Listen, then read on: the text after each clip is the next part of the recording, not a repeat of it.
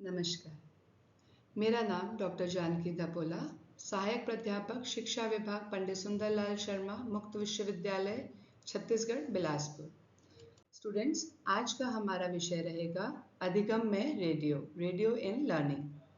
सबसे पहले हम बात करेंगे कि जो लर्निंग होता है उसमें रेडियो, टेलीविज़न, सीसीटीवी तथा अन्य जो ऑडियो विजुअल एड्स होते हैं उनका बहुत ही इम्पॉर्टेंट रोल रहता है।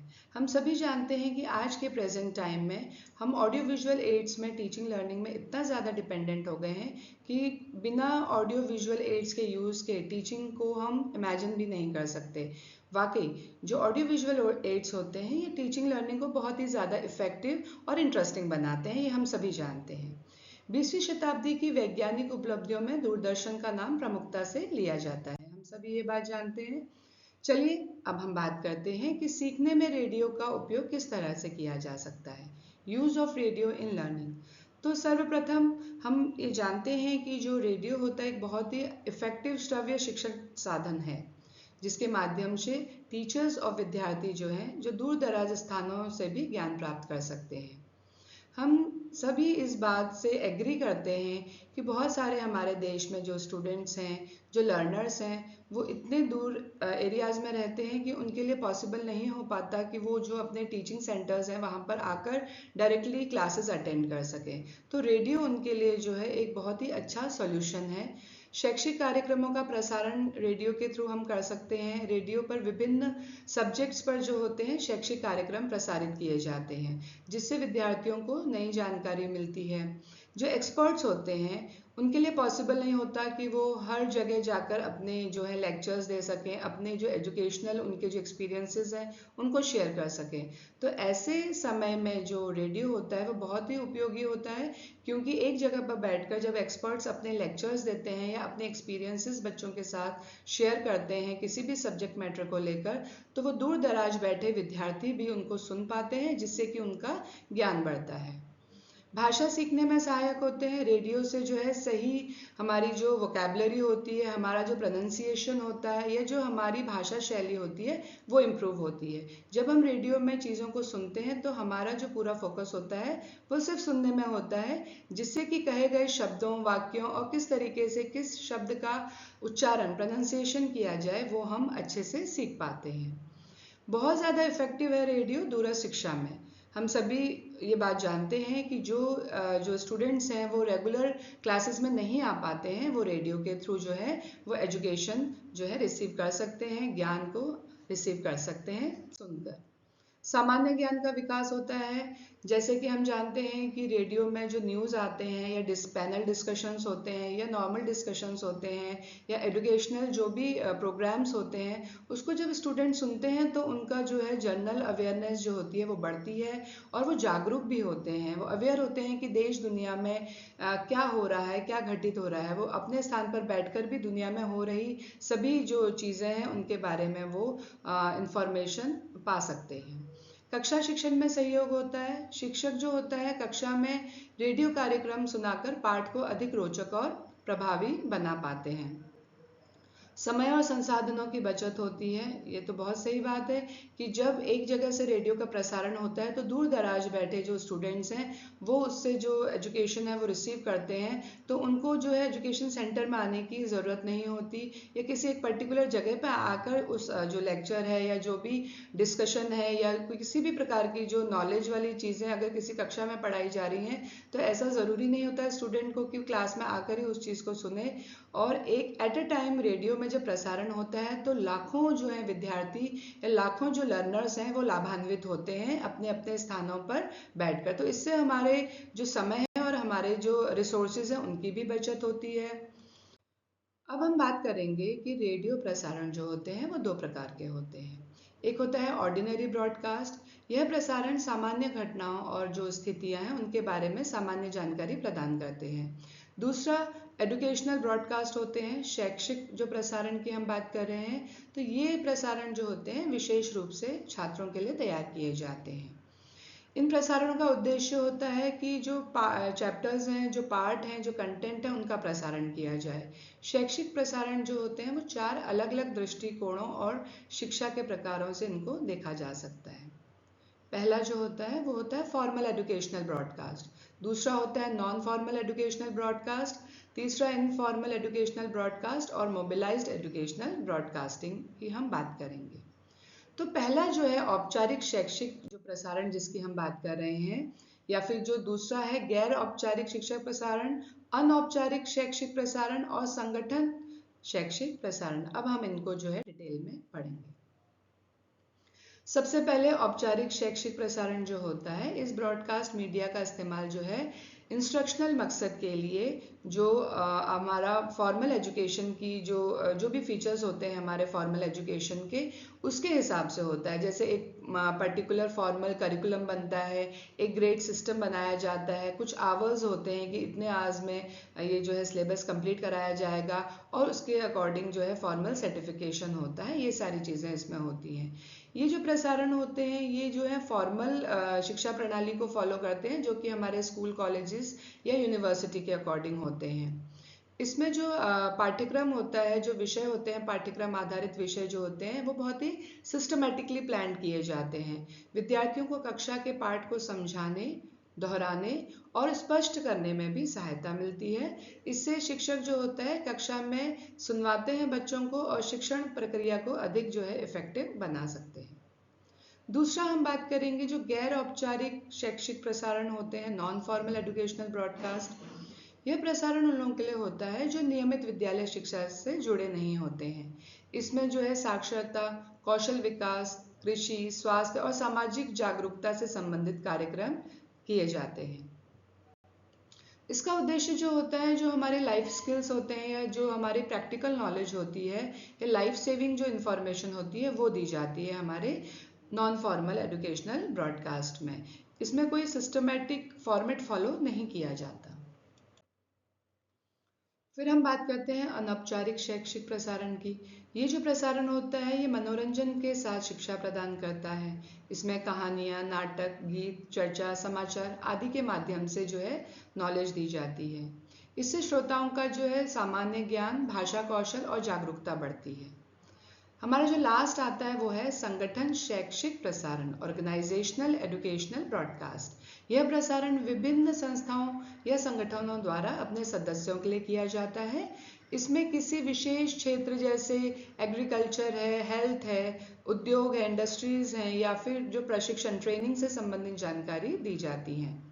इसका मुख्य उद्देश्य क्या होता है कि नई टेक्निक्स के बारे में अवेयर कराना, जानकारी देना और प्रशिक्षण प्रदान करना। जैसे अगर हम एग्जाम्पल दें कि जैसे कृषि है, अगर हम फार्मर्स को बताना चाहते हैं कि कृषि किस तरीके से की जाए, क्या एडवांस टेक्नोलॉजी एग्रीकल्चर के फील्ड में आ चुके हैं, तो जब हम किसानों को ये जानकारी देना चाहें तो रेडियो के माध्यम से जो है वो जानकारी दी जाती है कि किस मौसम में किस प्रकार की फसल लगाई जानी चाहिए, कौन सी जो है खाद का इस्तेमाल किया जाना चाहिए, कौन से पेस्टिसाइड, कौन सी वीडीसाइड्स, किस प्रकार के जो है केमिकल्स का जो है यूज़ किया जाना चाहिए, किन कीड़ों को मारने के लिए जो है किस प्रकार की दवाइयों का प्रयोग करना चाहिए, गवर्नमेंट की तरफ से क्या क्या सुविधाएं जो है किसानों को दी गई हैं, इन सब की जानकारी जो है किसानों को हम जो है ऑर्गेनाइजेशनल जो एजुकेशनल ब्रॉडकास्ट होता है इसके थ्रू दी जाती है।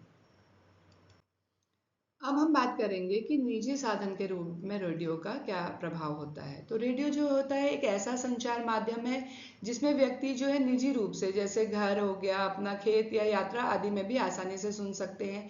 यह कम खर्चीला होता है, सरल होता है, सुलभ होता है। निजी साधन के रूप में भी रेडियो जो है बहुत ही इफेक्टिव होता है। पहले हम बात करते हैं कि शिक्षा में इसका प्रभाव। तो रेडियो के माध्यम से विभिन्न जो एजुकेशनल प्रोग्राम्स होते हैं, लेक्चर्स होते हैं, डिस्कशंस होते हैं, वो सुने जा सकते हैं। इसमें विद्यार्थियों और आम लोगों का जो है नॉलेज और जो उनकी अवेयरनेस है, उनकी जो अंडरस्टैंडिंग है, समझ है, वो बढ़ती है। जानकारी और समाचार की अगर हम बात करें तो ये जो होती है लोकल, नेशनल और इंटरनेशनल न्यूज़ सभी अवेलेबल कराते हैं। ये हमारी आसपास हो रही जो घटनाएं हैं, एक्टिविटीज़ हैं, उनके बारे में हमें बताता है। हमारी जो क्यूरियोसिटी है उसको भी शांत करता है। रेडियो जो होता है देश विदेश के समाचार, मौसम, कृषि और सामाजिक जानकारी प्राप्त करते हैं। यह लोगों को समय समय पर नई जानकारी अवगत कराता है। सलाह और जो सोर्स के तौर पर भी, प्रॉब्लम सॉल्विंग के तौर पर भी ये बहुत मदद करता है। मनोरंजन की बात करें तो हम सभी जानते हैं कि जो गीतमाला चलती थी रेडियो में पुराने हमारे पेरेंट्स के टाइम पर, तो रेडियो पर गीत, नाटक, कहानी, कविताएं और सांस्कृतिक कार्यक्रम प्रसारित होते रहते हैं। जागरूकता बढ़ाने में जो है रेडियो का बहुत ही महत्वपूर्ण योगदान है। रेडियो जो होता है समाज में स्वास्थ्य, स्वच्छता, पर्यावरण और सामाजिक मुद्दों के बारे में जागरूकता फैलाता है। इससे लोगों में सामाजिक चेतना जो है वो डेवलप होती है, अवेयरनेस कि हमारे आसपास क्या हो रहा है, हम अच्छे जो है सिविल, अगर हमें अच्छा नागरिक बनना है तो उसके लिए हमें क्या करना होगा, हमारे क्या कर्तव्य हैं, हमारी क्या ड्यूटीज़ हैं, ये सब चीज़ें जो जब रेडियो में डिफरेंट जो प्रोग्राम्स प्रसारित होते हैं उनमें बहुत सारे जो ऐसे जो अवेयरनेस वाले प्रोग्राम्स होते हैं उनको भी सुना जा सकता है। समय और धन की बचत होती है। रेडियो जो होता है एक बहुत ही सस्ता है और आसानी से उपलब्ध माध्यम है, तो एक जो गरीब वर्ग के जो लोग हैं वो भी इसको इजीली अफोर्ड कर सकते हैं और इससे जो है जानकारी प्राप्त कर सकते हैं। इसे कहीं भी सुन सकते हैं, इजीली जो है कैरी कर सकते हैं, इसलिए समय और संसाधनों की भी बचत होती है। आपातकालीन सूचना, प्राकृतिक आपदा हो, मौसम हो या अन्य आपात स्थितियों में रेडियो जो होता है महत्वपूर्ण सूचना बहुत जल्दी पहुंचा देता है। इससे लोगों को सावधानी और सुरक्षा के उपायों की भी जानकारी मिलती है। अब हम बात करेंगे एडवांटेजेस ऑफ रेडियो लेसन्स। जो रेडियो लेसन्स होते हैं उनके क्या लाभ हैं। तो हम सभी जानते हैं कि रेडियो शिक्षा का एक प्रभावी जो है श्रव्य सहायक साधन माना गया है।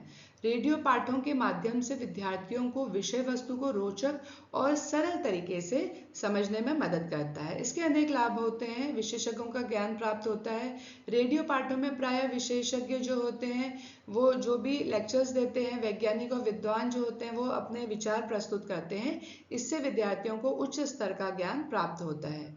रेडियो से जाने माने विद्वानों, शिक्षकों और कलाकारों के विचारों, भाषाओं और कामों के बारे में सुनने का मौका मिलता है। उनके जो रियल लाइफ एक्सपीरियंसेस होते हैं वो हम सुन पाते हैं, जो हर स्टूडेंट के लिए मुमकिन नहीं हो सकता। तो हम ये कह सकते हैं कि जो रेडियो होता है वो बहुत ही लाभकारी होता है बच्चों के लिए, क्योंकि ये लर्नर्स के लिए, क्योंकि इससे हमें वो सब जानकारियाँ मिलती हैं जो हम लाइव जो है जिनको हम नहीं जाकर देख सकते या सुन सकते हैं, वो हमें घर बैठे रेडियो के माध्यम से प्राप्त होते हैं।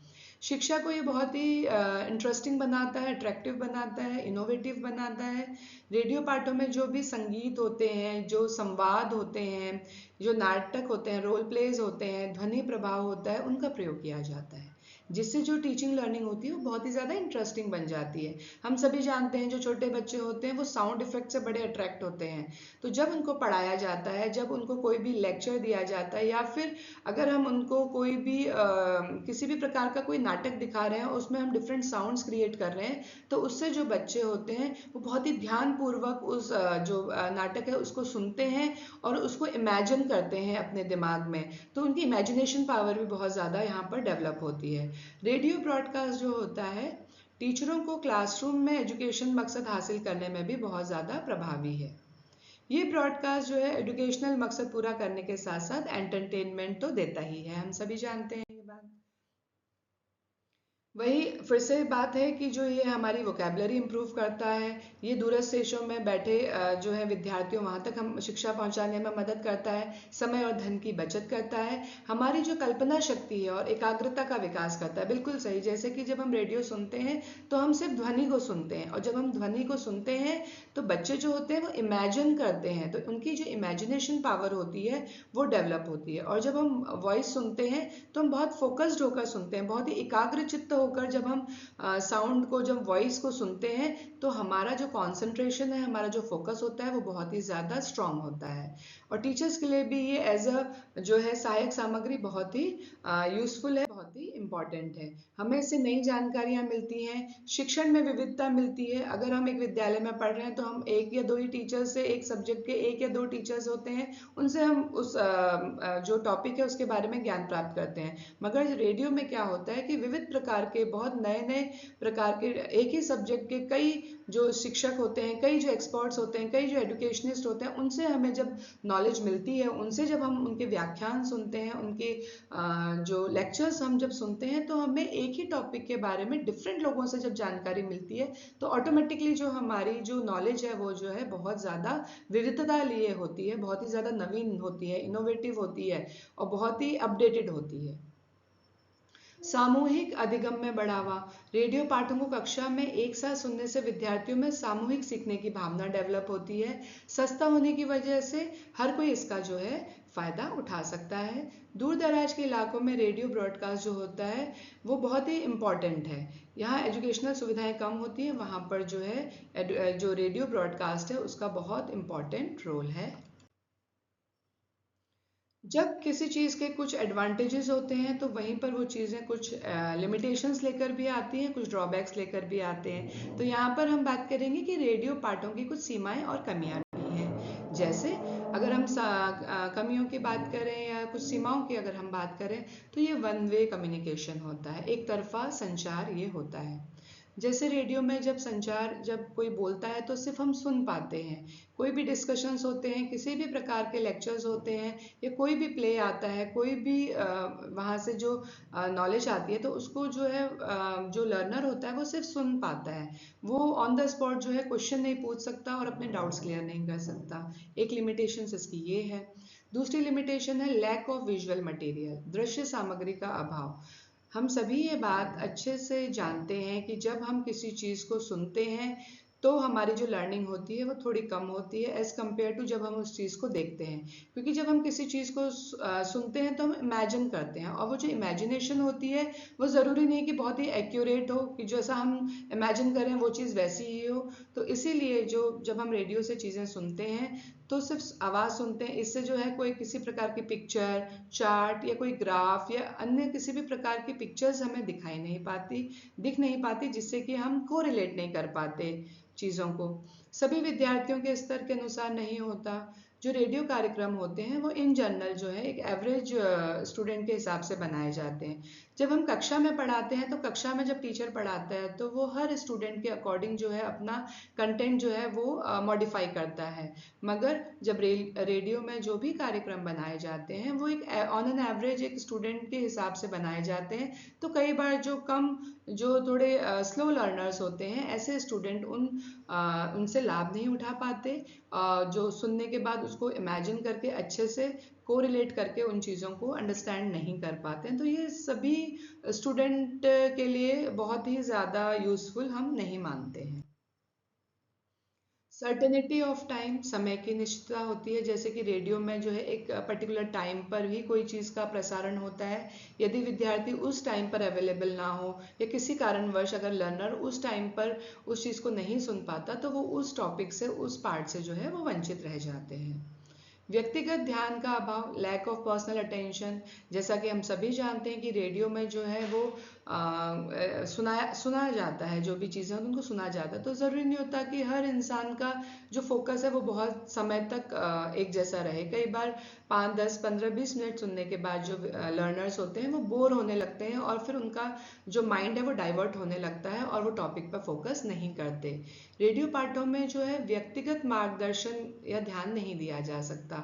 जैसे कक्षा में होता है, जब कक्षा में टीचर पढ़ाता है तो जब वो टीचर पढ़ाता है तो वो हर बच्चे पे उसकी नज़र होती है, तो जैसे ही बच्चे का ध्यान यहाँ वहाँ होता है तो टीचर उसे जो है टोक कर उन्हें जो है फोकस करने के लिए जो है फोर्स कर सकते हैं या फोकस करने के लिए उनको मोटिवेट कर सकते हैं, डांट कर या प्यार से उनको मोटिवेट किया जा सकता है। और टाइम टू टाइम उनको ऑब्जर्व करके देखा जा सकता है कि भाई कौन बच्चा क्लास में ध्यान नहीं दे रहा है, कौन दे रहा है। इससे हर बच्चे को जो है वो पर्टिकुलर एक जो है गाइडेंस जो है टीचर की मिलती रहती है, जबकि ऐसा जो है रेडियो में नहीं हो सकता। कक्षा में जब लेक्चर्स चल रहे हैं तो मतलब टीचर कोशिश करेगा कि हर बच्चा ध्यान दे, मगर वो बच्चा अगर नॉर्मल बैठा भी है मगर उसका ध्यान कहाँ है ये आप उसको कंट्रोल नहीं कर पाते हैं। ये भी एक इसका लिमिटेशन है। फिर टेक्निकल प्रॉब्लम्स भी होती हैं। कभी कभी रेडियो में सिग्नल की समस्या होती है, बिजली की कमी या उपकरण की खराबी के कारण भी कार्यक्रम सही ढंग से सुनाई नहीं देते हैं।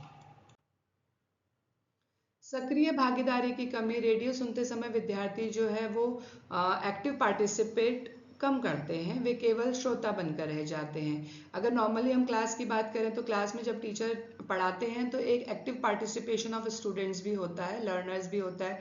टीचर जो है क्वेश्चंस पूछते हैं, टीचर जो है बच्चों को बीच बीच में रीइंफोर्समेंट देते रहते हैं, उनको मोटिवेट करते रहते हैं, जिससे बच्चे जो है एक्टिवली जो है वो पार्टिसिपेट करते हैं टीचिंग लर्निंग प्रोसेस में। डिफ़िकल्टी ऑफ रिपीटेशन, यदि विद्यार्थी किसी बात को ठीक ढंग से सुन ना पाए, समझ ना पाए, तो वो तुरंत दोबारा सुन नहीं सकते, क्योंकि कार्यक्रम लगातार चलता रहता है। अनुशासन और ध्यान बनाए रखने में भी बहुत कठिनाई होती है। Difficulty in maintaining discipline and focus. कक्षा में शिक्षक जो होता है रेडियो सुनते समय सभी विद्यार्थी फोकस हों ऐसा ज़रूरी नहीं है, और ये कंट्रोल कर पाना भी बहुत ही मुश्किल होता है एक टीचर के लिए, डिसिप्लिन को मेंटेन रखना। लिमिटेड टॉपिक प्रेजेंटेशन, जो सीमित विषय प्रस्तुति ही जो है रेडियो के थ्रू हो सकती है। कुछ विषय जैसे गणित है, विज्ञान है, इसके प्रयोग या इस पर जो चित्र आधारित जो होते हैं, साइंस रिलेटेड अगर कोई सिस्टम पढ़ाना हो, कोई प्रोसेस समझानी हो, तो वो रेडियो के द्वारा इफेक्टिव तरीके से नहीं की जा सकती। इनमें जो रेडियो में है, जो लेक्चर के द्वारा पढ़ाने वाले जो सब्जेक्ट्स होते हैं, लेक्चर के द्वारा जो चीज़ें समझाई जा सकती हैं, केवल वही चीज़ें जो हैं इफेक्टिव होती हैं। कंक्लूजन ये है कि हालांकि जो रेडियो होता है वो शिक्षा के लिए बहुत ही उपयोगी है, मगर ये जो है एक तरफा होता है। इसमें जो है दृश्य सामग्री की कमी होती है, जिससे कि जो स्टूडेंट है, जो लर्नर है, वो चीज़ों को इमेजिन ही करता रहता है, उसको डायरेक्टली को रिलेट नहीं कर पाता है।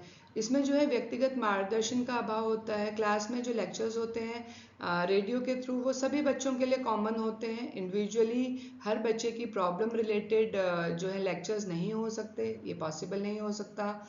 उसमें कुछ कुछ जो लिमिटेशंस रहती हैं, जिनके कारण बच्चे जो हैं उतने इफ़ेक्टिवली जो रेडियो में जो लेक्चर्स आते हैं, जो भी टीचिंग जो पार्ट होते हैं, उनको बहुत अच्छे से इफ़ेक्टिवली समझ जाएं ऐसा ज़रूरी नहीं होता। इसलिए रेडियो पाठों को जो है अन्य शिक्षक जो साधन होते हैं, जैसे वीडियोस भी दिखाए जाएं, है ना, तो कुछ इस टाइप के किया जाए तभी ये उपयोगी हो पाते हैं।